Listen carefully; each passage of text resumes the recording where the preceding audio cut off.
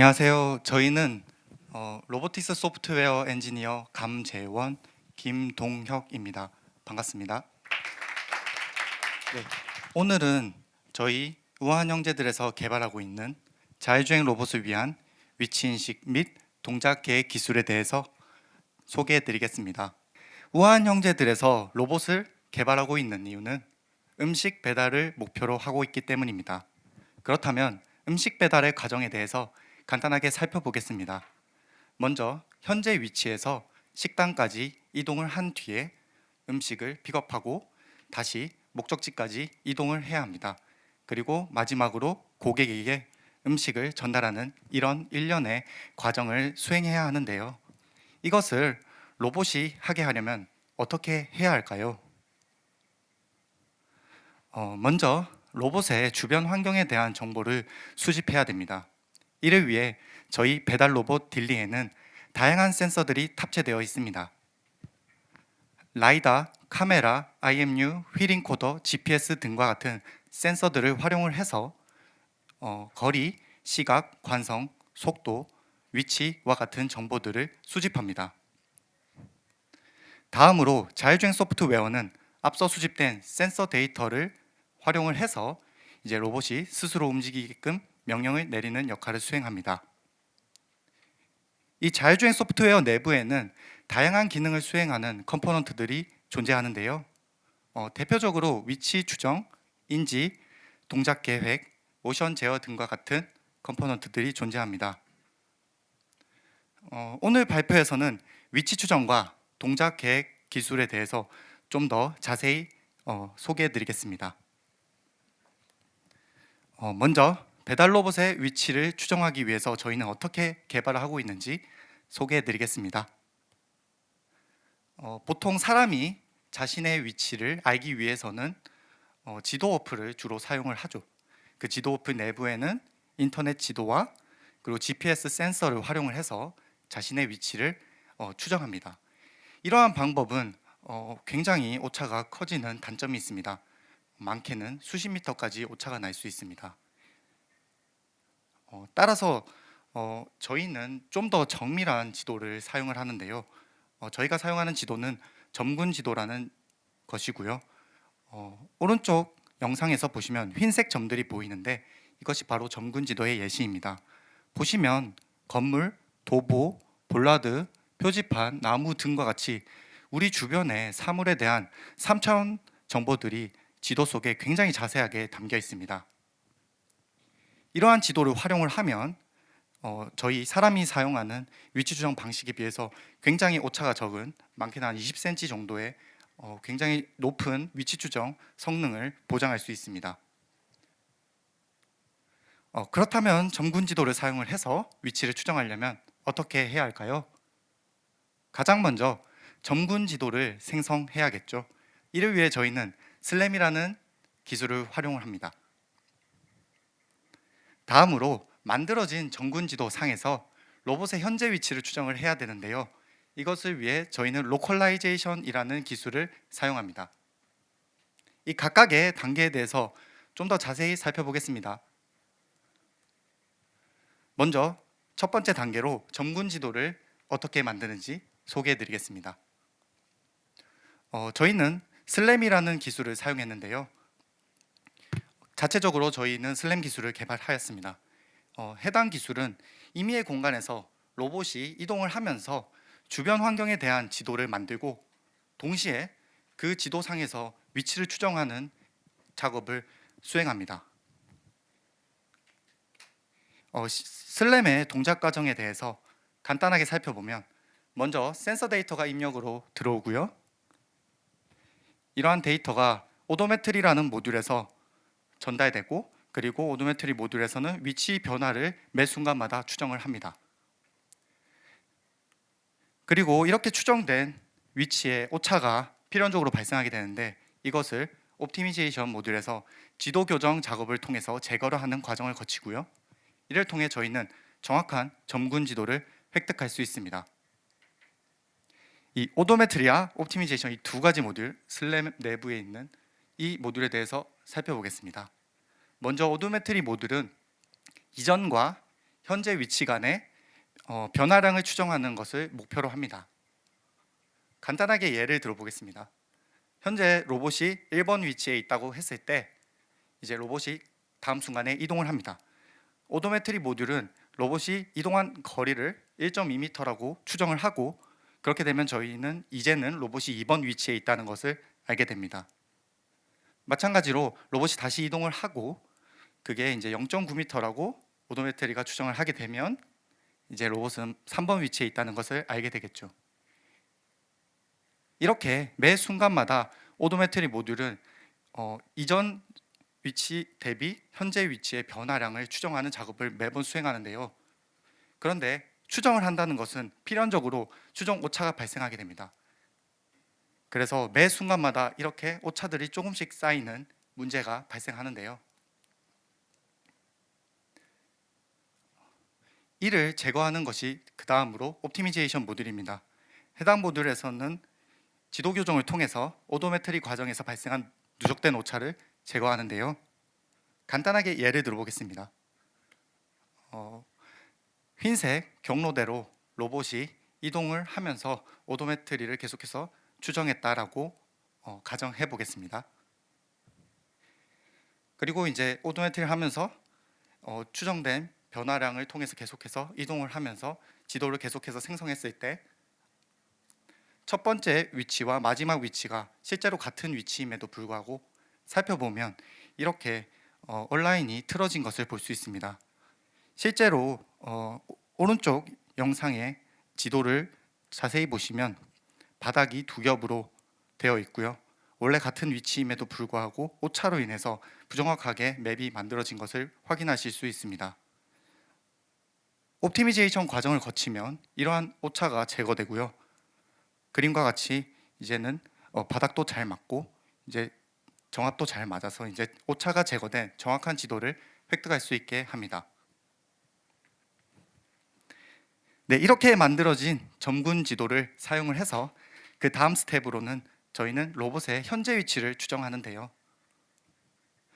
오른쪽 영상이 저희가 현재 위치를 추정하는 것을 데모로 보여드리는 건데 영상에서 보시면 반짝이는 점들이 현재 로봇이 보고 있는 라이다 점들이고요. 그렇지 않은 점들이 이제 점군 지도로 사전에 만들어진 지도입니다. 보시면 점군 지도와 현재 라이다가 보고 있는 포인트 클라우드가 잘 정합이 된 상태로 가고 있고요.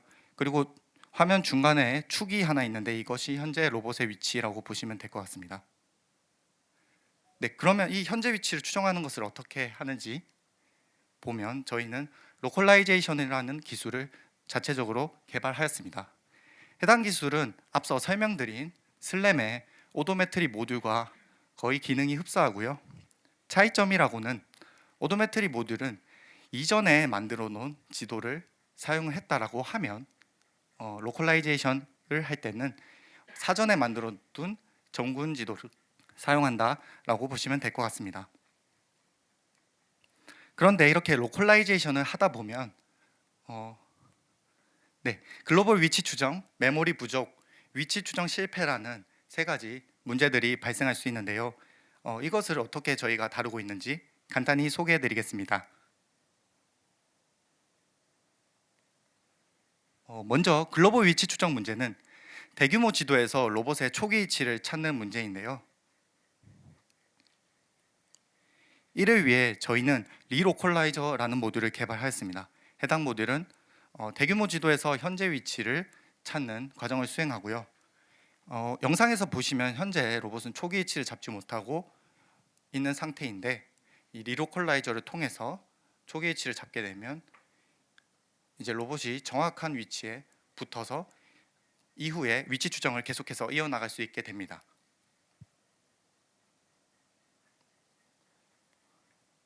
다음으로는 메모리 부족 문제인데요. 저희가 점군 지도를 생성하다 보면 이 점군 지도가 동단위, 구단위, C단위로 확장됨에 따라 지도의 용량이 기하급수적으로 늘어나게 됩니다.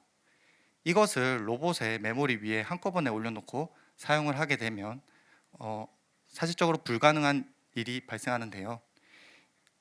이것을 해결하기 위해서 저희는 서브맵 매니저라는 기능을 개발했고요. 해당 기능은 왼쪽에 보시면 이 지도를 오른쪽에 지도와 같이 굉장히 잘게 일정 간격으로 쪼개고요. 그리고 이 지도 중에서 현재 로봇의 주변에 있는 지도만, 즉 필요한 지도만 로봇의 메모리에 올려서 사용하는 기능을 제공합니다.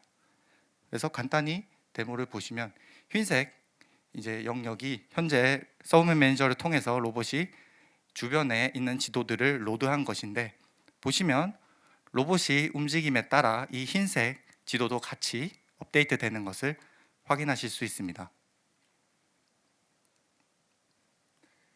네, 마지막으로 이제 위치 추정 실패 문제가 있는데요. 저희가 로컬라이제이션을 하다 보면 이제 불의의 문제로 인해서 로컬라이제이션을 실패하는 문제가 발생합니다. 그런데 위치 추정이 실패했다는 것을 인지하지 못하고 로봇이 계속해서 자율주행을 이어나갈 경우에는 잘못된 경로로 로봇이 갈 수 있게 되고, 이로 인해 위험한 사고로 이어질 수 있습니다. 이것을 해결하기 위해서 저희는 로컬라이저빌리티 에스티메이터라는 기능을 개발했고요. 해당 기능은 위치 추정 실패 시 경고를 보내는 기능을 수행합니다. 영상에서 보시면 1이라고 표시된 것이 현재 로컬라이제이션이 정상적으로 잘 동작하고 있다라는 것을 의미하고, 0이 실패를 의미한다라고 보시면 될 것 같고요.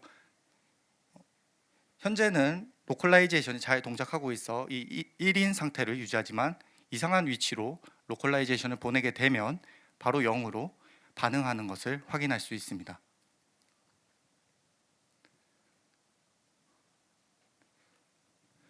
네, 이렇게 점군 지도를 슬램이라는 기술을 활용해서 만들어진 점군 지도를 사용을 해서 로봇의 현재 위치를 추정하는 것을 로컬라이제이션이라는 기술을 통해 저희는 배달 로봇의 위치를 추정하고 있습니다. 향후에 저희는 대규모 지도를 생성하고 지도를 부분적으로 업데이트하고 또 더 적은 계산량과 메모리에도 강인하게 동작할 수 있는 알고리즘을 개발하는 것을 목표로 연구 개발할 예정입니다. 다음으로는 동영님께서 발표를 이어가시겠습니다. 저희는 배달 로봇의 움직임을 어떻게 계획할지, 그리고 저희가 어떤 문제를 풀고 있고 그 문제를 풀기 위해 어떤 접근법을 취하고 있는지를 간단히 설명드리고자 합니다. 저희가 풀고자 하는 문제는 결국은 로봇이 가야 하는 경로를, 안전한 경로를 생성하는 문제를 풀고 있고요. 이 문제를 조금 더 크게 바라보게 되면 지금 여기는 송파구에 있는 올림픽 공원이고요. 요 바로 옆에서 저희가 로봇을 개발하고 있는 사옥이 또 위치해 있고요. 이런 환경이 주어졌을 때 상단의 박스에서 출발해서 하단에 있는 박스까지 도착을 해야 한다는 그런 배달 미션이 주어진다면, 우리가 어떤 경로를 계산하고 그걸 따라가서 목표를 완수할 수 있을지, 그러한 문제를 풀고 있습니다.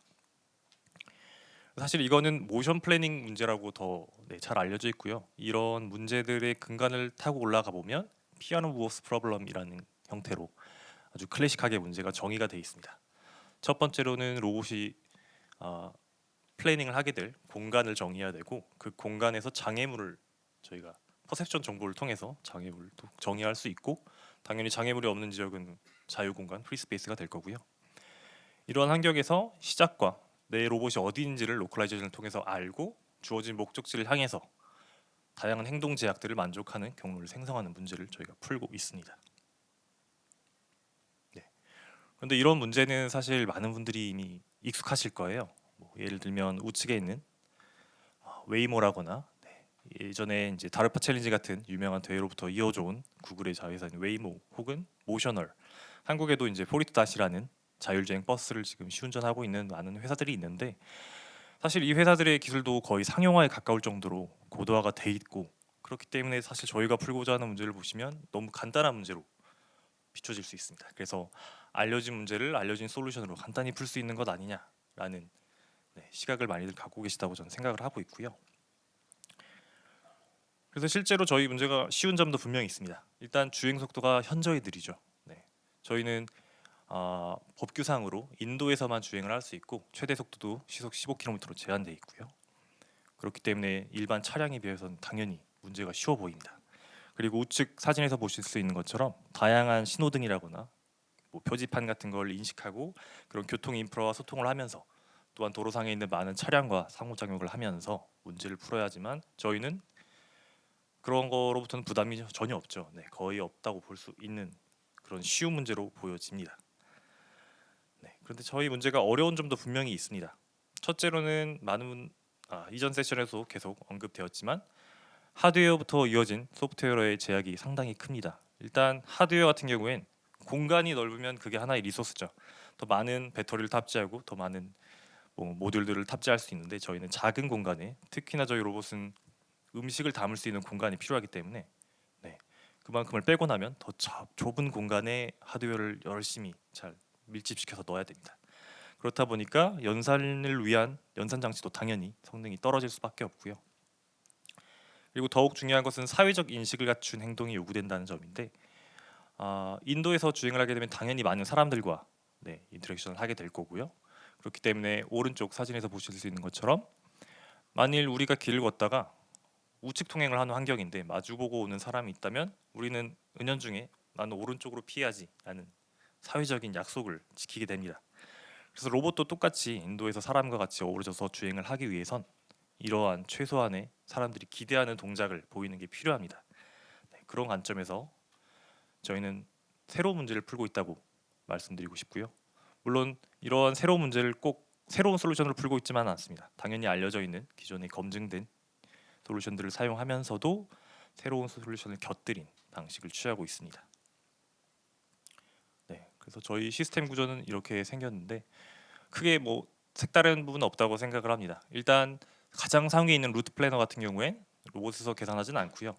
저희 전역 정보, 전역 지도 정보를 갖고 있어서 여러분들 길 찾기 할 때 카카오나 네이버 내비게이션 앱 사용하시죠? 네, 그런 걸 생각하시면 될 것 같아요. 그런 정보가 계산돼서 로봇이 받아온 다음에는 그 각종 인지 결과를 취합해서 미션, 서브 미션, 그리고 모션 플래너에서 실제 경로를 생성하여 그 정보로 로봇을 주행하게 됩니다. 그리고 오른쪽에 있는 행동 플래너 같은 경우에 이제 태스크 플래너라고도 불리고요. 예를 들어서 경로를 통과함에 있어서 횡단보도 같은 데를 건너야 한다. 그렇게 되면 단순 모션 플래너가 풀어야 하는 기하 문제가 아니라 신호등을 바라보고 신호등을 인지하고 내가 안전하게 건널 수 있는 상황 하에서 주행을 해야 하기 때문에 그러한 기하 외적인 심볼릭 문제를 다루는 플래너라고 보시면 됩니다. 네, 그리고 오늘은 당연히 저는 모션 플래너를 위주로 설명을 드릴 예정이고요. 그래서 이 도식화를 좀 더 그림으로 살펴보면 아까와 같은 문제가 주어졌을 때 이런 식으로 루트 플래너는 전체 지도 정보를 갖고 있고요. 네, 그래서 처음 시작점부터 목적지까지 가는 경로를 거시적으로 풀어줍니다. 근데 이게 또 단순하진 않은 게 우측에 보실 수 있는 것처럼 저희는 어린이 보호구역이라거나 노인 보호구역 같은 이동약자 구역을 준수해야 되는 의무가 있기 때문에 그런 정보도 다 고려를 해야 되고 당연히 배달이 빠른 경로를 취하기도 하면서 혹시나 일부 경로가 공사 중이다 이런 정보도 실시간으로 반영을 해서 경로를 생성할 의무가 있습니다. 네, 그 다음으로 내려오게 되면 미션 플래너가 있고요. 미션 플래너는 로봇이 반드시 정지해되는 위치를 기준으로 조금 더 작은 문제로 쪼갠 단위고요. 이건 한 번 더 쪼개집니다. 서브미션 형태로 한 번 더 쪼개게 되면 앞서 설명드린 아주 순수한 모션 플래닝 문제 형태로 다듬어지고요. 이제 비로소 모션 플래너가 그 서브미션을 받아서 내가 어떻게 이동해야 충돌 없이 잘 주행할 수 있을지를 계산을 하게 됩니다. 그러면 이제 로봇이 장애물을 피해서 적절히 잘 앞으로 나아가게 되겠죠. 네. 그래서 모션 플래닝 문제는 이런 식으로 정의가 되었고 저희가 이 문제를 풀기 위해서 어떤 접근법을 취하고 있는지를 간단히 설명드리도록 하겠습니다. 물론 이 문제는 풀기 위한 솔루션이 정말 다양합니다. 정말 다양한데 그 중에서 저희는 최적화 기반, 옵티미제이션 베이스드와 학습 기반, 러닝 베이스드를 중점적으로 다루고 있고요. 물론 이런 방식을 선택하는 기준은 다양하겠지만 저희는 그래서 기존에 많이 알려진 샘플링 기반이라거나 탐색 혹은 그리드 기반, 반응 기반 다양한 플레이들을 모두 구현 혹은 적용해서 결과를 확인했고요. 그렇게 저희의 추론에 따라 이 두 방식이 가장 우리의 시스템에서 원하는 장점들을 갖추고 있다고 판단을 했습니다. 네, 그래서 뭐 샘플링 기반을 먼저 살짝 훑어보면, 샘플링 기반은 말 그대로 랜덤하게 공간에서 샘플링을 통해서 랜덤 기하 그래프를 구축하고 그 상에서 경로를 구하는 방식을 취하고요. 가운데 있는 탐색 혹은 그리드 기반, 이런 건 이제 A-스타 계열로 더 잘 알려져 있죠. 이런 방식도 취할 수 있겠고, 가장 오른쪽에 있는 이제 반응 기반, 리액션 베이스드 혹은 리액티브 플래닝 같은 경우엔 DWA, 다이나믹 윈도우 브로치 같은 게 포함이 되고, 또 초창기 2010년도 후반에 다양한 ML 베이스드 플래닝들도 저쪽 기반으로 주로 구현이 됐었습니다. 그런데 이제 반응 기반 같은 경우엔 말 그대로 좀 더 근시안적으로 빠르게 짧은 경로를 생성하는데 유리한 면이 있었고요. 그리고 최적화 기반 같은 경우에는 저희가 이제 경로를 평가할 수 있는 어떠한 일종의 오브젝티브 펑션을 정의하고 그 행동 제약들을 다 각종 텀으로 녹여낸 다음에 최적화 기법을 적용해서 그 코스트를 미니마이즈하는 방향의 솔루션을 계산하는 방식이고요.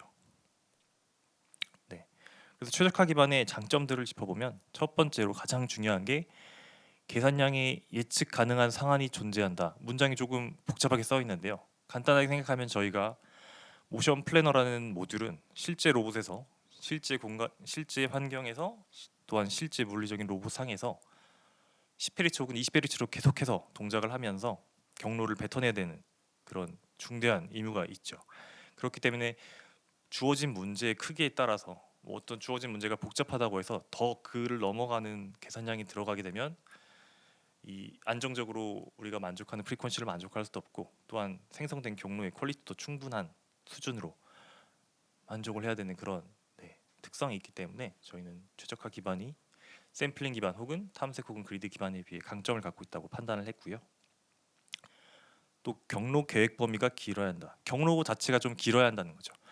반응 기반 같은 경우에는 경로가 상당히 짧게 생성됩니다. 물론 경로가 짧다는 건 연산량은 빠르다는 건데, 우리가 배달을 하는데 배달이 너무 늦게 오면 음식이 다 식어서 맛이 없겠죠. 그렇기 때문에 어느 정도는 고속으로 달려야 할 필요도 있습니다. 또한 인도 상황이라는 게 그렇게 간단하진 않기 때문에 많은 위험성과 또한 뭐 동적 장애물을 고려하고자 한다면 이 경로를 충분히 길게 생성을 해야 되고, 그런 것을 또 고려를 하였고요. 또 당연하게도 다양한 제약을 고려하는 것도 중요하죠. 물론 다른 방식들도 제약을 고려할 수는 있는데, 그로 인해서 차원이 증가한다거나 혹은 계산량이 너무나 커질 경우엔 저희가 또 사용을 할 수 없겠죠. 또 그런 면까지 고려했을 때 저희는 최적화 기반이 가장 우리에게 적합하다라고 판단을 했습니다. 물론 단점도 있습니다. 국소 최적만을 만족한다.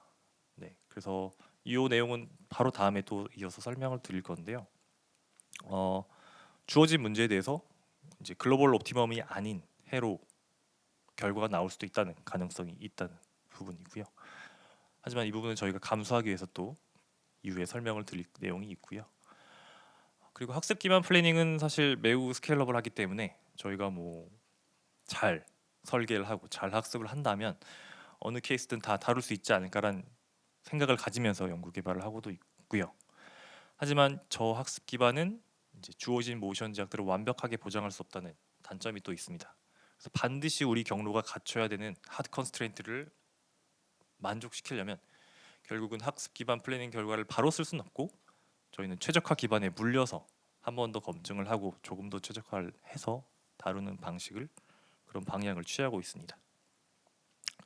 그래서 이 문제 속에 작은 문제를 하나 더 들여다볼 건데요. 최적화 기반 플래닝의 약점인 국소 최적. 이 문제는 오른쪽에 그림 보시면 좌측에 딜리 하얀 로봇이 있고 파란색 장애물 영역이 있습니다. 여기서 저희는 일종의 코스트를 정의할 때 장애물과 충돌이 나면 당연히 좋지 않은 경로니까 그러한 경로에 대해서는 높은 코스트, 빨간색 영역으로 표현을 하였고, 파란색 쪽으로 갈수록 이제 프리 스페이스니까 충돌 없이 주행할 수 있는 경로다라고 간단히 나타내 본 거고요. 그리고 이 옵티미제이션 베이스 플래너 같은 경우에는 초기 경로, 초기해가 필요합니다. 그래서 뭐 저희가 특별히 정보가 없다면 그냥 직진하는 점선으로 나타내져 있는 경로를 취할 수 있고, 이를 최적화 기반 플래너로 풀게 되면 저 코스트가 낮아지는 일종의 골짜기로 이렇게 쏙 빠져 들어가는 솔루션을 저희가 찾을 수 있습니다. 네. 그런데 뭐 이렇게 단순하게 초기화를 잡게 되면 만일 수렴을 하려던 위치에 사람이나 뭐 장애물이 추가로 더 있었다면 네. 저희는 직관적으로 그러면은 조금 더 떨어져 있는 네. 우측 그림에서 보는 것처럼 하단으로 우회하는 경로를 단단히 생성하면 되지 않냐 싶지만 실제로 이게 어려운 문제는 옵티미즘 베이스드 플래너 같은 경우에는 이제 그레디언트 디센트 계열에 의존을 하기 때문에 당장 내 경로가 위치한 곳에서 그레디언트 방향으로만 경로가 수렴하는 특징이 있죠. 또 이걸 좀 다르게 설명하면 동일 연속 변형류 내에서만 수렴을 한다라고 표현이 되는데요. 우측 사진에서 보실 수 있는 게 컵이랑 도넛은 똑같이 생겼다라는 농담이 있습니다. 네, 이건 위상학적으로 같다는 거죠. 둘 다 구멍이 한 개 있으니까 컵을 연속으로 변형시켜 가다 보면 도넛처럼 된다라는 그런 우스갯소리인데 이런 현상이 저희도 똑같이 존재하는 거죠. 그래서 우측에서 보시듯이 분홍색이랑 파란색 경로가 다채롭게 그려져 있는데 결국 얘네들도 우리가 옵티마이저를 잘 튜닝했고 또 오브젝티브 펑션을 잘 만들었다면 그 결과는 이제 단일 경로로 수렴을 하게 되는 거죠. 네, 그러한 제약 혹은 그런 특성이 있습니다. 그렇기 때문에 우리가 다양한 문제가 주어졌을 때, 다양한 장애물 분포가 존재할 때 오션 플래너는 반드시 그 문제를 풀어야 할 의무가 있으니 우리가 옵티미즘 베이스드 플래너를 사용한다면 다양한 연속 변형류에 속한 초기해 혹은 초기 경로를 찾아서 그것을 각각 최적화해 보는 게 저희가 요즘 풀고자 하는 가장 큰 핵심 문제입니다. 네, 그래서 이 문제를 저희가 뭐 구체적으로 어떻게 풀고 있다는 소개되어 있지 않지만 가장 간단하게는 기하 공간을 직접 분석할 수 있겠죠. 보로노이 그래프를 구축한다거나 아니면 뭐 A 스타를 계산하는 것도 어느 정도 기하를 보는 거니까요. 그런 식으로도 계산할 수 있고 가운데에서 보시는 것처럼 다수의 초기 경로를 일정한 레졸루션으로 샘플링하는 방식. 무인차 같은 자율주행 자동차에서 많이 사용하는 기법이기도 하죠. 그런데 이제 저런 방식은 차도에서는 차가 어느 정도 기대하는 바가 크거든요. 내 차가 차도 위에서 갑자기 90도 꺾어져 있거나 이런 상황은 사실 말이 되지 않기 때문에 조금 자유도를 희생하면서 경로의 자유도를 희생하면서 이런 방식을 적용할 수 있지만 저희는 훨씬 더 인도 위에서 다양한 형태로 경로를 생성해야 돼서 이런 것들을 초기 경로 삼아서 최적화에 적용하는 방식도 연구 개발을 하고 있고요. 마지막으로 학습 기반을 통해서 초기 경로를 잘 그리고 빠르게 생성하는 연구도 많이 진행되고 있습니다. 그래서 저희도 저런 방식도 충분히 가능성이 있다고 판단해서 이러한 방식을 통해 다양한 연속 변형류에 속한 경로들을 찾는 연구 개발을 진행하고 있습니다. 네, 여기까지 저희가 풀고 있는 문제를 어느 정도 대략적으로 윤곽을 설명드렸는데요. 그 외에도 저희가 풀어야 하는 정말 많은 문제가 있습니다. 오른쪽 사진에서 보시면 상단에는 저희 딜리가 인도에서 주행하는데 불법 주정차된 차량 2개가 길을 아예 틀어막고 있는 상황도 있고요. 또 하단 이미지 같은 경우엔 공사 중이라서 라바콘이 설치돼 있고 노끈 같은 걸로 막아놨죠. 네, 물론 저거는 퍼셉션 인지하는 입장에서도 더 어려운 문제인데 공사로 인해 사람이 통행할 수 있는 통로가 정말 좁습니다. 오른쪽에 한 분이 우산을 쓰고 지나가고 있죠. 그러면 저 좁은 길을 우리가 무작정 달려가면 통행에 큰 지장을 초래하겠죠. 네, 이런 상황에서 우리가 어떻게 사람들 사이에서 잘 부담 없이 주행할 수 있을지에 대한 많은 연구를 진행하고 있습니다.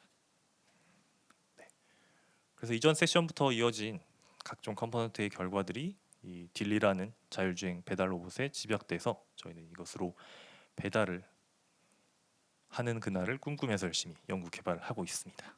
네. 네, 그래서 이것으로 발표를 마치겠고요. 네, 경청해 주셔서 감사합니다.